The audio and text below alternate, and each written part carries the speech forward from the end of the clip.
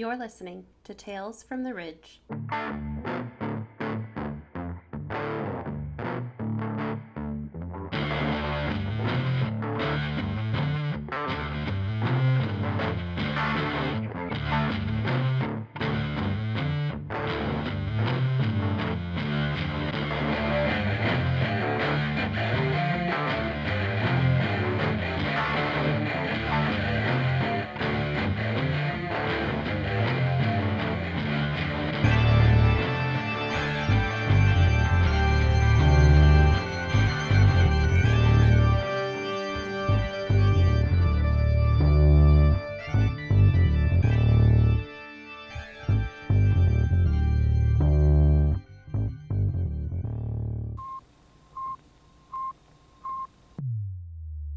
Episode 11, Calico Hurst and the Cyborg Plague.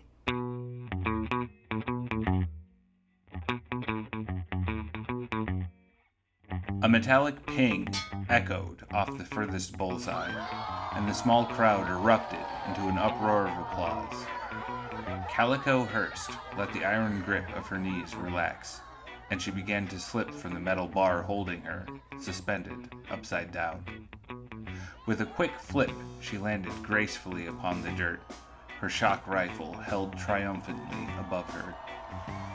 The crowd burst into a cheer as she lifted the hat from her head and did a deep bow, turning toward the heavy red curtain that opened and then closed behind her, muffling the sound of the audience's adoration. "That was some show tonight, huh, Calico?" said Graham, the man who had pulled aside the curtain for her. "No praise for your favorite sharpshooter?" Calico asked, her square face sloughing downward into a deep pout. "Aw, you know I'm always impressed by you," he said, followed by an uncomfortable clearing of his throat. "Yeah, save it for the ladies," Calico smirked, patting him on the shoulder. "But you're... No one's ever accused me of being a lady, Graham," she said, sidling off toward the large motor carriage that served as the trailer for the talent. "Miss?" In the darkness outside of the circus tent, it was hard to place just where the voice had come from. Calico spun in a circle, her eyes searching the shadows. A flash of a few dim lights drew her gaze to a form slowly moving toward her. "Please, don't be afraid. I just want to talk to you." Calico's hands tightened around her rifle. "This ain't just for show, so don't try nothing." A cyborg emerged from the shadows, their mint green flesh augmented by faded and scratched alloys. Wires where muscles should be. Calico took an instinctual step back. "Please!" The cyborg lifted both hands in the air, one flesh, the other metal. "Please, I just need to talk." "Go on, then," Calico gestured with her gun. "My name is Kirk." His hands remained up in a pleading posture. "I represent a cyborg colony, not far from here." Calico narrowed her eyes. "And?" "Well, we had heard that you're a friendly soul, if you take my meaning." Calico's grip relaxed on the rifle, her heart twisting with an old wound. "That's right. My colony is in desperate times, Miss Hurst. We could use an ally like yourself." Calico let the rifle slip to her side. "How can I help you, Mr. Kirk?" "Do you have somewhere more private where we could speak?" The cyborg glanced about at the folk who were beginning to stream from the circus tent.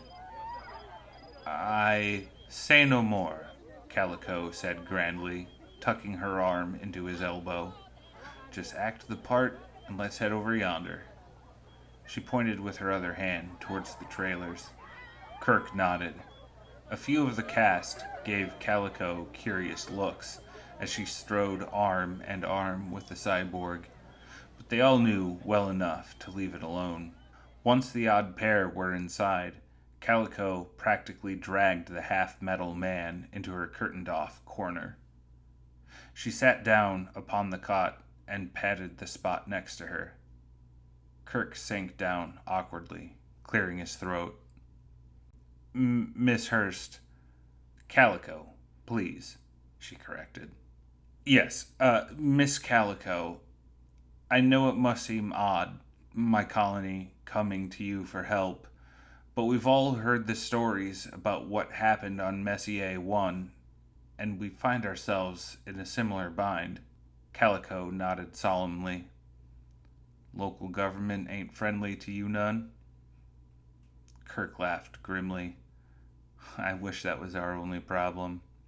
No, a new variation of the cyborg plague is sweeping through our colony, and the mayor here has blocked off access to the shipping routes. We think he's using it as an excuse to let the sickness wipe us out and wash us out of his hair for good, Calico huffed through her nose. Likely. We need access to parts and medicine, neither of which we have right now, Kirk continued hurriedly. We were hoping with your celebrity status, you may be able to convince the mayor to help us. Calico sighed. I can try, Kirk, but there's only so much sway a sharpshooter star might have over politics. It's better than giving up, Kirk answered. I can't do that yet. How do I get to this mayor? Well, he's a huge fan of yours, apparently. I'd be surprised if you didn't... See? Graham appeared at the fabric doorway to her cot. There's someone important to meet you. Kirk gave Calico a knowing look. Graham's eyebrow arched upward as he noticed the cyborg, but simply shook his head and strode off. Stay here, Calico commanded, and Kirk nodded.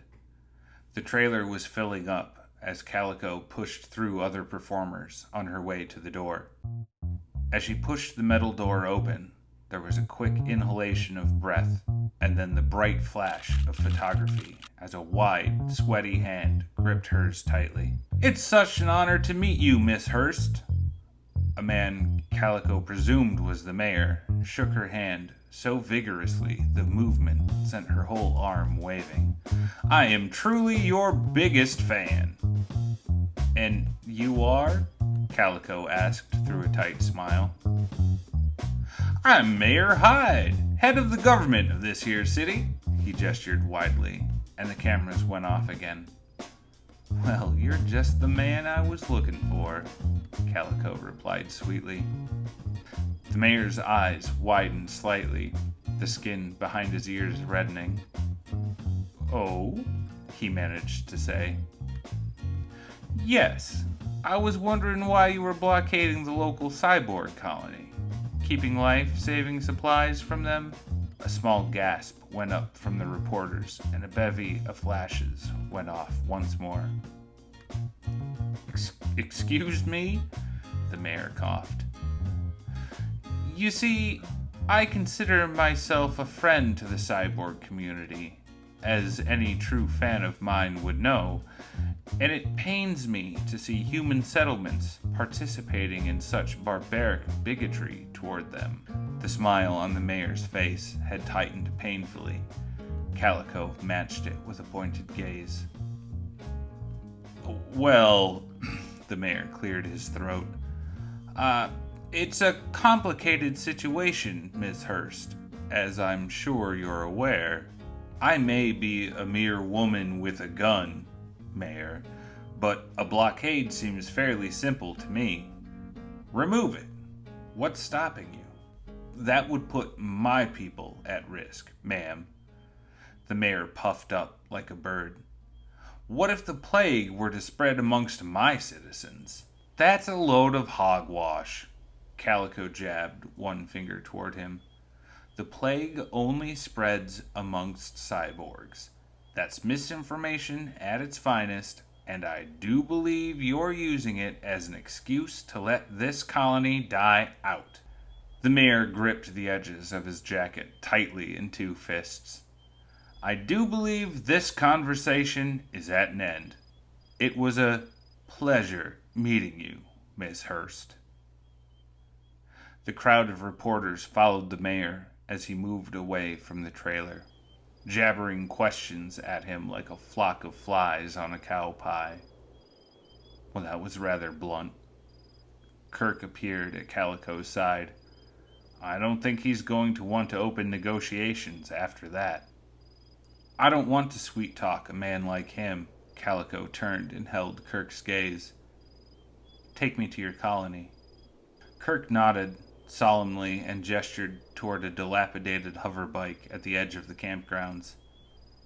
It isn't much, but it'll get us there. I ain't picky, said Calico as she swung up behind Kirk. Wrapping her arms around his metal waist, she could feel the hum of the gears beneath against her forearms. The hoverbike gave a shudder as it lifted into the air, its headlights flickering ominously. Then, with a puff of smoke, it chugged forward and began to speed low over the landscape. The lights and noise of the city behind them began to fade as they moved toward the outskirts of town. Here, gray, crumbling rock rose in odd formations around iridescent fairy pools Calico knew could be deadly if he drew too close. Far off, a feral pack of dogs, one of many that roamed Nova, chirped and howled, sending a shiver up Calico's spine. We're nearly there, said Kirk over the rush of air surrounding the hoverbike. A bright ring of lights appeared on the horizon, and Calico realized it was a fence. The compound loomed larger as they approached, and she noted a perimeter of vehicles surrounding it. Mercs, Calico noted. How are we going to get around them? Easy, said Kirk. He dimmed his headlights and swerved into an outcropping of rock. As the hoverbike powered down, Kirk hopped down and extended a hand to help Calico off. She took it, feeling the strange combination of warm flesh and cool metal against her palm. Kirk led her to a shadow between two cairns of striated rock.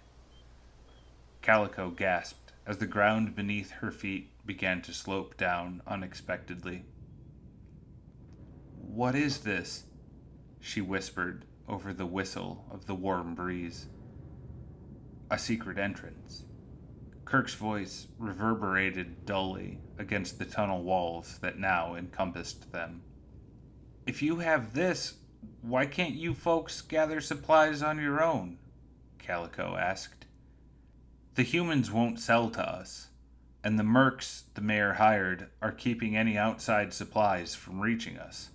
Sons of bitches, Calico murmured under her breath. Can I ask you something?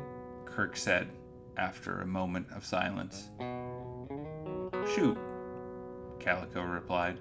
Why would a human woman, like you, care about cyborgs so much?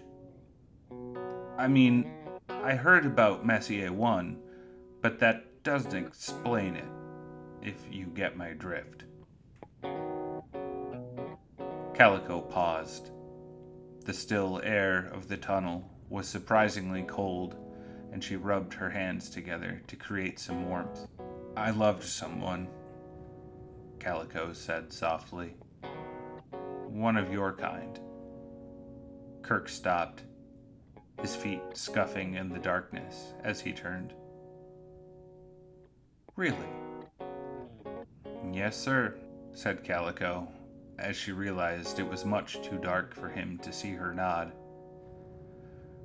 Her name was Deus, and you remind me of her some.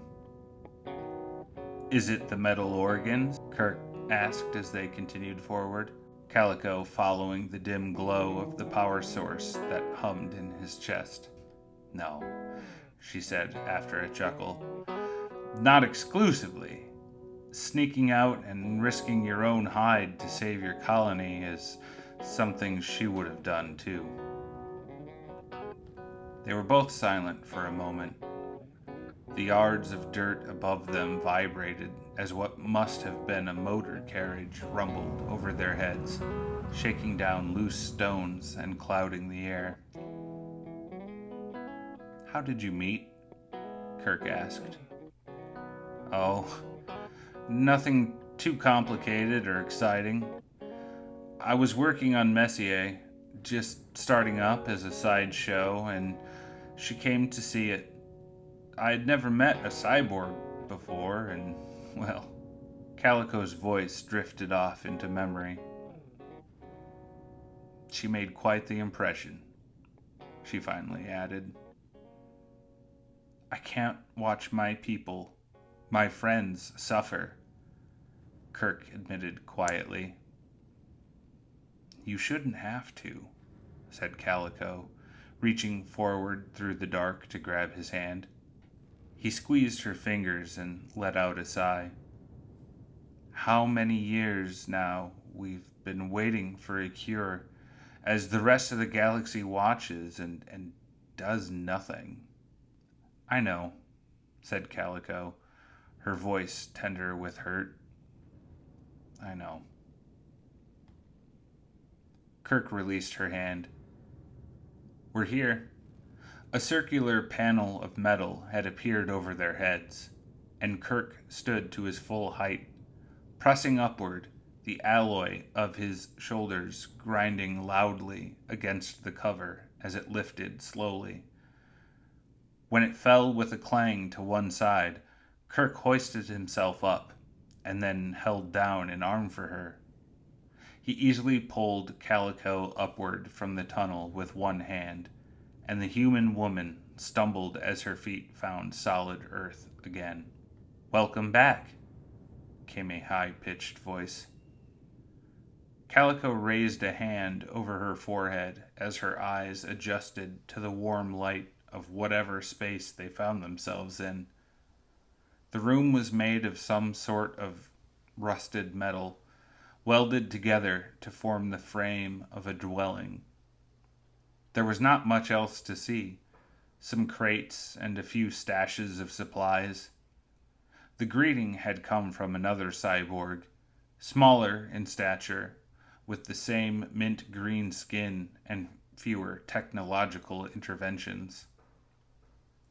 "Miss Hurst, this is my sister, Wella," said Kirk, patting the dirt from his trousers.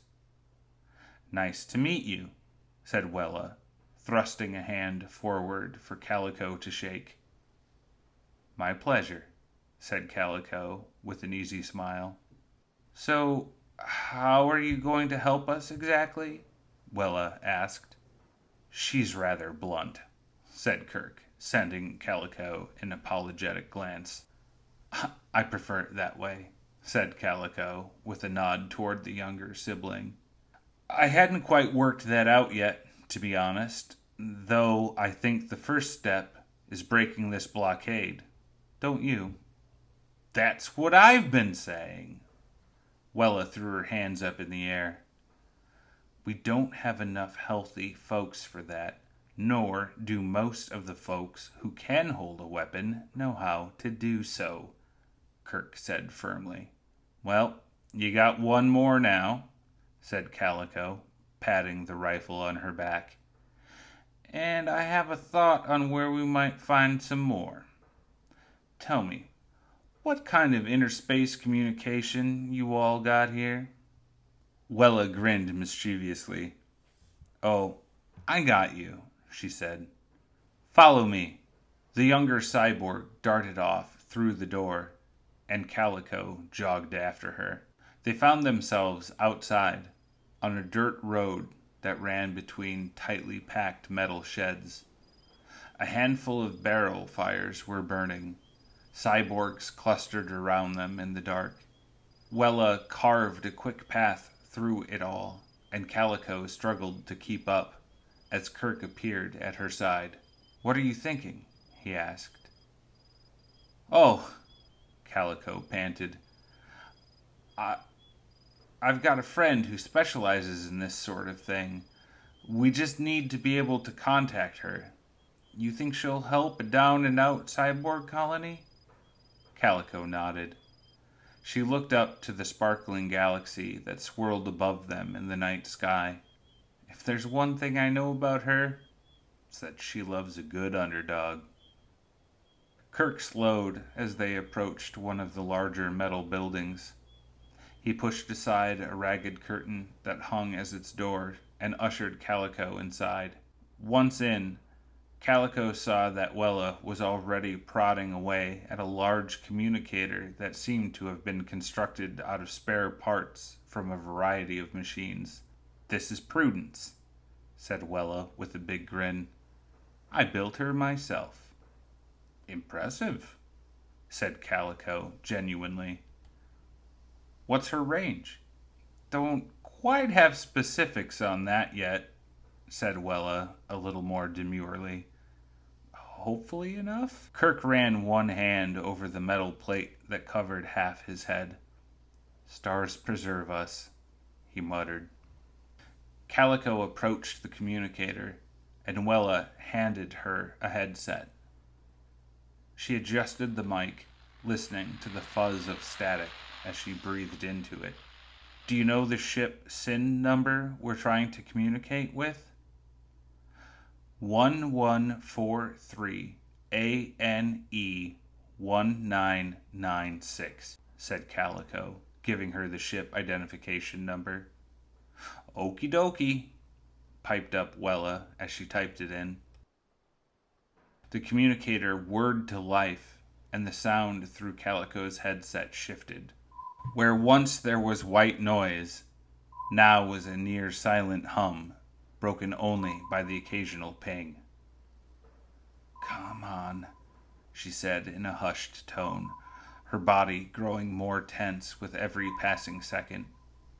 The tone pinged again, and Calico's heart began to thump wildly in her chest.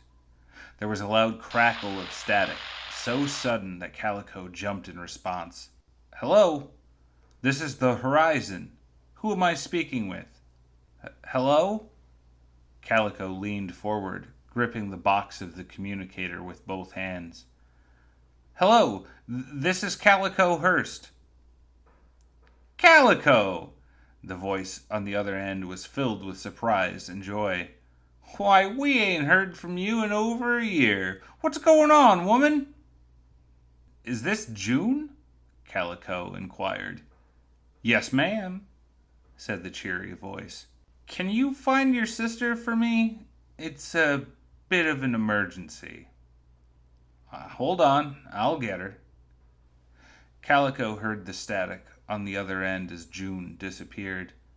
She took a sharp breath as the radio buzzed back to life, a warm, smooth voice breaking through. "Well, if it ain't the prodigal daughter," said Cash Guthrie. Calico laughed. "I have a favor to ask, Cash." "Figured you would." "You owe me one, remember?" Calico said back. "More than one, if we're being honest," replied Cash with a laugh. "What kind of trouble have you gotten yourself into now, Calico Hurst?"